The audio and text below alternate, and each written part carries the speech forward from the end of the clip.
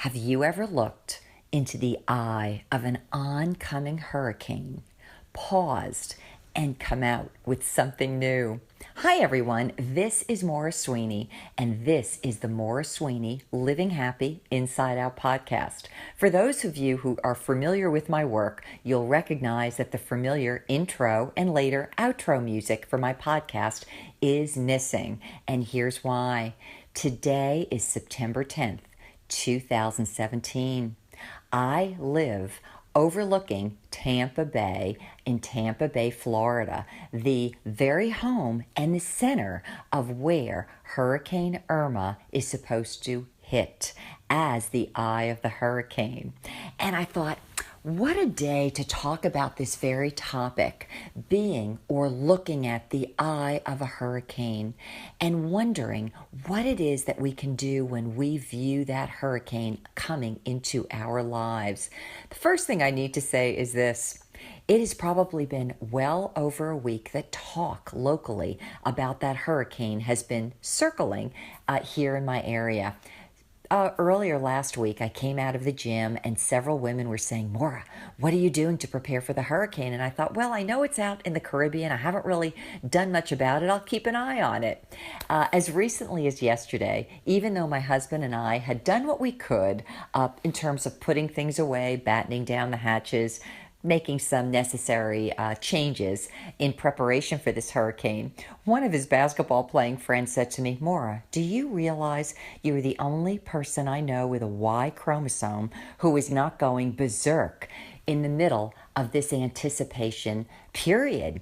And I smiled and laughed and I said, isn't it ironic? I grew up always being fearful. But more than that, I grew up in a household where our house, literally our physical dwelling, became more important than life itself. And it made me smile. And I thought, well, you know what? I'm not an acquisitive type person. It's not like I'm always trying to gather things and hold on to stuff. But I said, when I grew up, I could remember my mother never wanting to leave the house because, God forbid, something might happen to the house. And for me, as a young person, I remember thinking, wait a minute, am I going to worry about the house and put so much attention onto my house that I don't have a life? And she used to remind me that as I was very young, I would say, when I grow up, I'm going to live in a small place so that I could keep living my life. And I guess it was my way of responding to feeling as if I were contained and constrained in outer circumstances and not being able to be free to go and live because of either worries or things that I was holding on to. But I'll also share with you this. I grew up seeing so much death and sickness when I was a very young child that I think in many ways I was maybe emotionally scarred from it. And you know me, I'm not one that talks about, feeling victimized, because I certainly don't feel that way at all. But there were so many experiences I had as a young child where those around me were at the end of life, were sick, some of whom had died very quickly, some died slowly, some died from cancer. And as a young child, not only did I become absolutely afraid of dying in death, but I also acquired something else. I realized at the early part of my days what mankind's late days might look like. And something in all of those experiences caused me to ponder the meaning of life, the purpose of life, and even the vanity of life. And I remember thinking, wow, by the time people leave this earth, by the time they die, they don't have many of their faculties. They can't always move their body or do for themselves as they might want to. And a lot of whatever they've acquired, including their sense of self and their sense of ego, all goes away. And I think something in all of that, as much as it might have hit me in some ways that did feel at times very traumatic, also helped form the person I would become, or let's say the path I would follow during the course of my lifetime. Let's get back to the hurricane.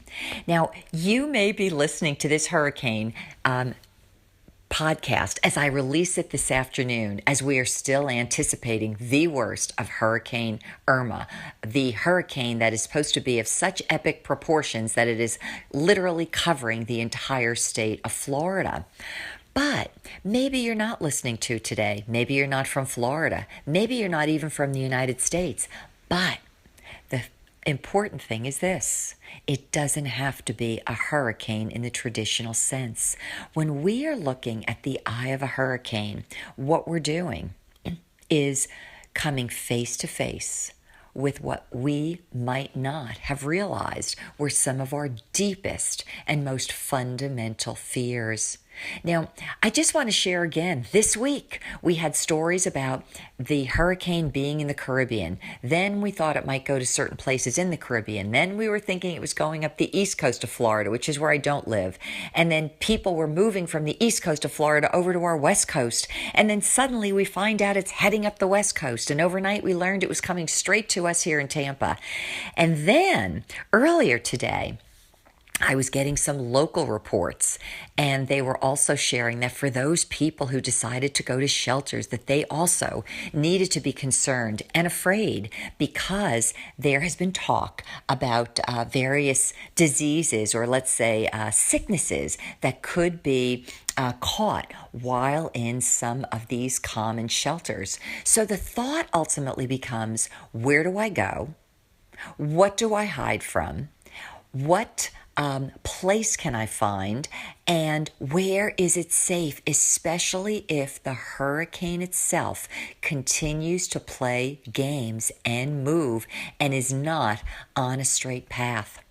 Now, isn't that a picture of us in life? I was reminded today, for some reason, of an old image of something I remember growing up. They were called pinball machines. It was long before we had any video games to play. But at the time, you could go to a local 5 and dime store or a soda fountain place. You could put a quarter or maybe a dime into this machine, pull back a lever, and in so doing, pull back a marble. And once you let the lever go, that marble would go crazy, hopefully, inside the machine, pinging against all kinds of devices that would give you more and more points. The more places your marble went, the more points you got. Well, I wasn't so much thinking about being the marble. I was thinking about being within that game and being one of the areas inside the pinball machine that was getting pinged, that was getting hit by the oncoming marble. That oncoming marble could be thoughts or seeming realities about loss of a job, loss of a spouse, loss of a friend, health issues, physical physical mobility issues. It could be anything and everything. It could be finances.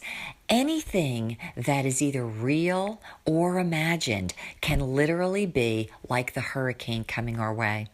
Now, when I open this up, this is what I said. Have you ever looked at the eye of a hurricane, pondered it, and come out with something new? Here's why I say this.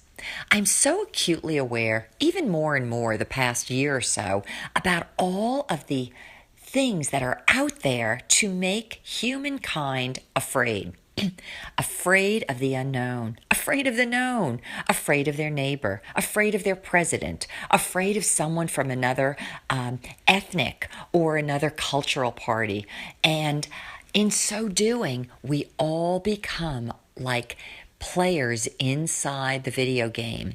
The oncoming marble may be any one of a number of ideas, any one of a number of eyes of a hurricane that, if we're not careful, can throw us around, and we in turn can turn ourselves into magnifiers of problems, and we can bring ourselves so far down and bring those around us down as well.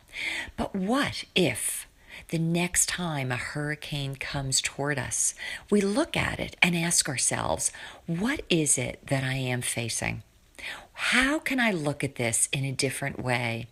And as I do, how can I ingest? How can I synthesize? And how can I create a new way of seeing, but more importantly, a new way of responding and a new way of being? If I go back to some of the memories of that pinball machine, I often think about things reacting against the key marble.